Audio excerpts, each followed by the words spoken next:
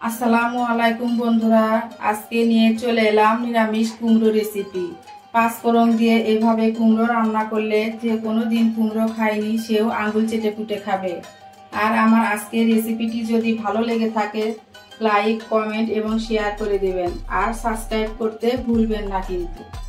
এখানে আমি একটা মিষ্টি কুমড়ো 4 ভাগের 1 ভাগ নিয়েছি, নিয়ে সুন্দর করে কেটে নিয়েছি আর এইভাবে পিস পিস করে টুকরো করে নিয়েছি। আপনারা চাইলে আপনাদের মতো করে ছোট বড় করে কেটে নিতে পারেন। এখানে আমি 1 চামচ পাঁচফোড়ন নিয়েছি আর এখানে আমি একটা বড় সাইজের পেঁয়াজ কুচি করে নিয়েছি, 5-6টা কাঁচামরিচ ফালি করে নিয়েছি, একটা তেজপাতা 2 টুকরো করে নিয়েছি আর এখানে 2টো শুকনো মরিচ নিয়েছি। এখন আমি চলে আসলাম মূল রান্নায়। কড়াইটা গরম হয়ে গেছে, এখন আমি পরিমাণ মতো তেল দিয়ে দিলাম।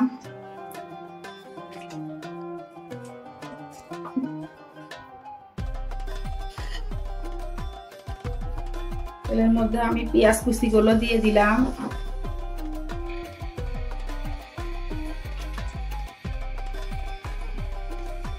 তেজপাতা দিয়ে দিলাম,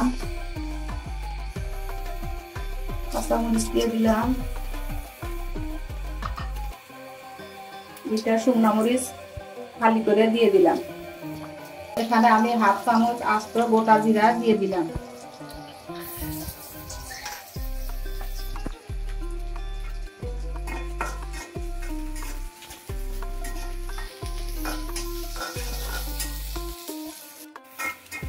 পেঁয়াজ মরিচটা আমি লালচে করে ভেজে নিয়েছি।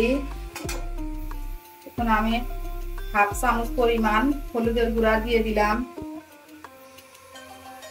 দিয়ে একটু নেড়ে চেড়ে নেব। তেলের ভিতর বেশিক্ষণ রাখা যাবে না, তাহলে খেতে তিতা হয়ে যাবে, তাই একটু পানি দিয়ে দিচ্ছি।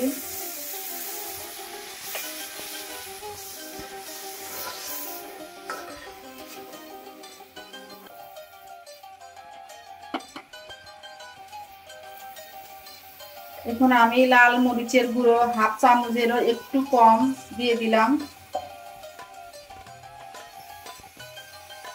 1/2 চামচ পরিমাণ জিরার গুঁড়া দিয়ে দিলাম,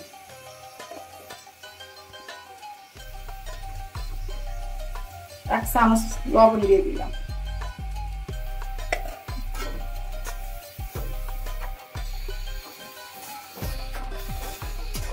আমি মশলাটা ভালোভাবে কষিয়ে নেব।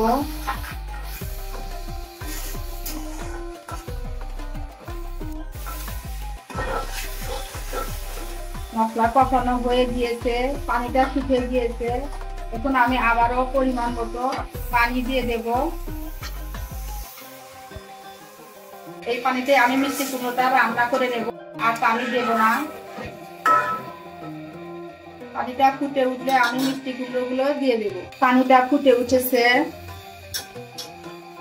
এখন আমি কেটে ধুয়ে রাখা মিষ্টি কুমড়োগুলো দিয়ে দিব।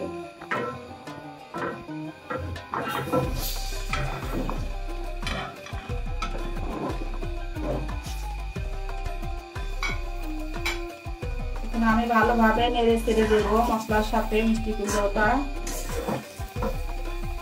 কুমড়োটা ঢেকে আমি কিছুক্ষণ রান্না করে নেব। ফিরে এলাম 5 মিনিট পরে।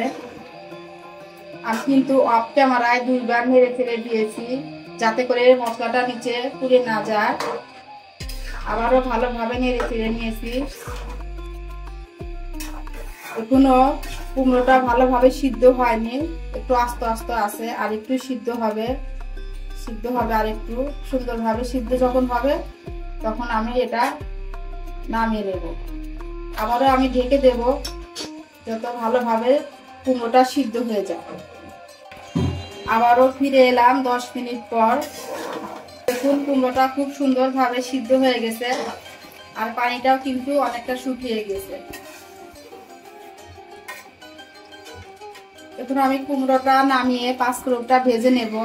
এদিকে আমি এখন কুমড়োটা নামিয়ে নিয়েছি আর আমি এই যে পাঁচফোড়নটা এখন ভেজে নেব।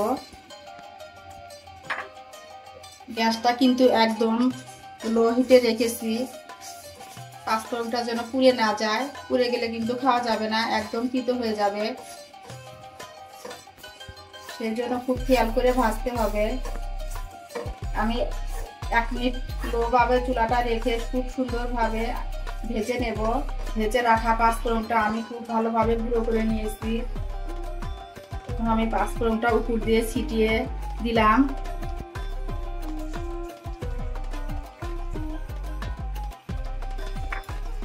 এখন আমি 1 মিনিট আরো ফুটিয়ে নেব, ভালোভাবে নেড়ে চেড়ে মিশিয়ে নেব। কুমড়া রান্নাটা হয়ে গিয়েছে, এখন আমি নামিয়ে ফেলবো। দেখুন কত সুন্দর হয়েছে, কত সুন্দর কালার এসেছে। আজ ভিডিওটি এই পর্যন্তই। আমার ভিডিওটি যদি ভালো লেগে থাকে প্লিজ একটি লাইক দিয়ে দেবেন আর আমার চ্যানেলটি সাবস্ক্রাইব করে আমার পাশে থাকবেন। আজ এই পর্যন্ত। সবাই সবার জন্য দোয়া রাখবেন, সবাই ভালো থাকবেন, সুস্থ থাকবেন, আমাদের জন্য দোয়া করবেন। আল্লাহ হাফেজ, আসসালামু আলাইকুম।